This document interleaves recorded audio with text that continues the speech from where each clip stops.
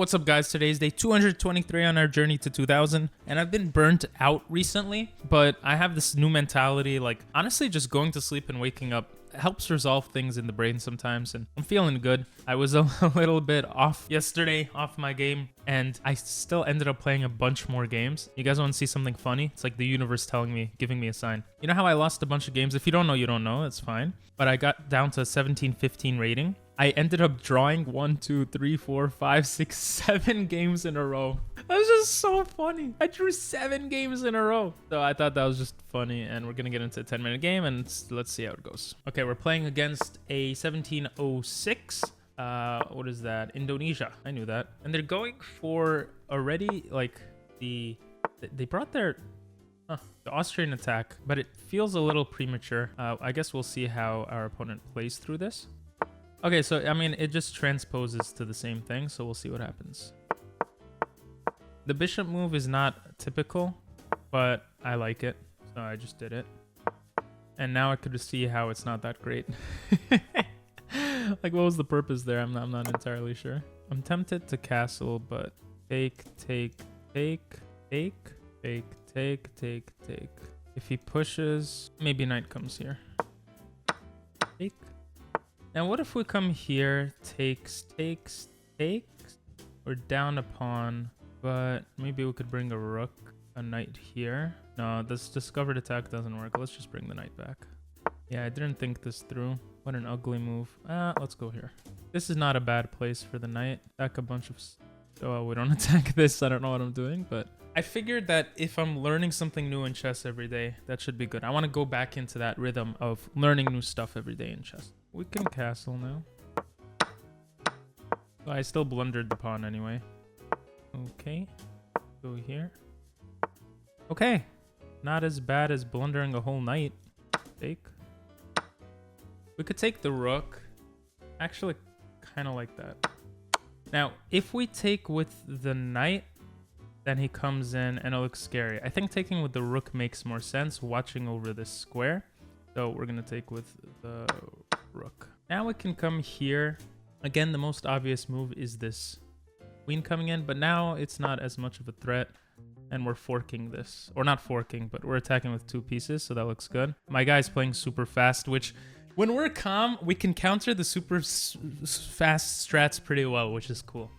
And I think we're doing okay now. I think take, and just trade everything off. So let's take. He's forced to take because his queen is pinned. Take. And we'll bring the queen here. We want to trade. Oh, and okay, here we go. Let's go! When people... There's nothing else to say. Let's look at the game. We obviously blundered a pawn, which isn't good. I think we came back at the end. I would say we played with like 75% accuracy. Oh, 76.3% accuracy. I'm a genius. We played like a 1700, which is, I mean, we're a 1700, so that makes sense. And let's look at the game.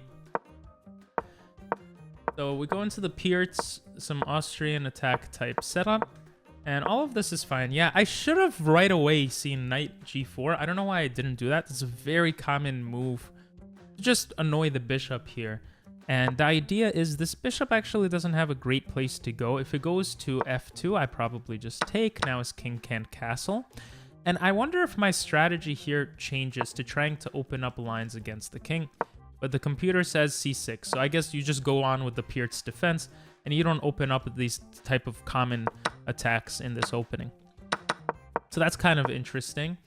I brought the knight out instead, which is not good. Apparently, g4 was the move, but we just talked about that. Let's see. He moved the pawn forward and blundered something. What did he blunder? Let's see. If we take this pawn, he takes. We take. That doesn't look like the blunder. We could take. Is there a way to trap this guy? No. We can bring the bishop attacking the queen, which is, I think, what we did, but I don't think that's a blunder. I'm not sure. What is the blunder here? So I obviously missed it. It was g4. Okay, why is this a blunder? If he comes backwards, then I could take the pawn. What if he goes all the way back, though? What is the idea here? I could take this pawn. Oh, that's pretty cool.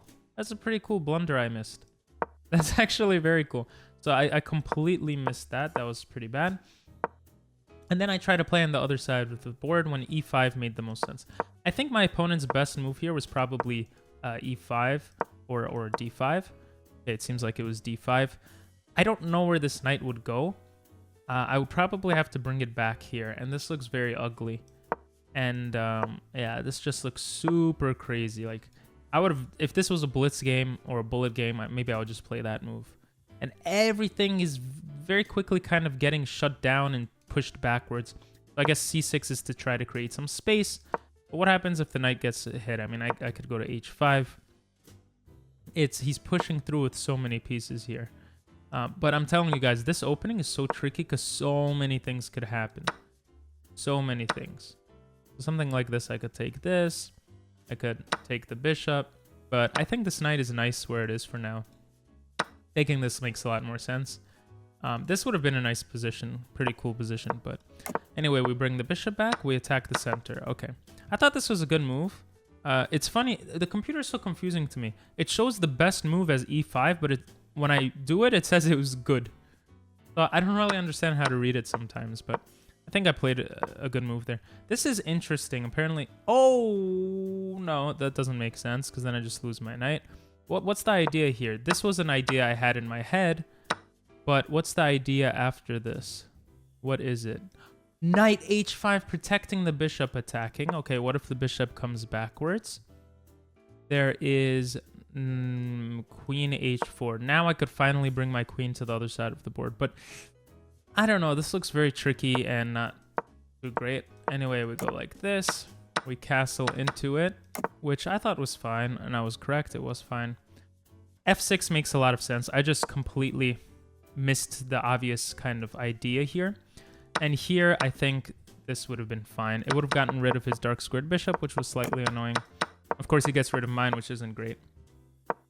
So I completely screwed up. But I didn't actually play that bad. I didn't play that bad. And then he kept making mistakes.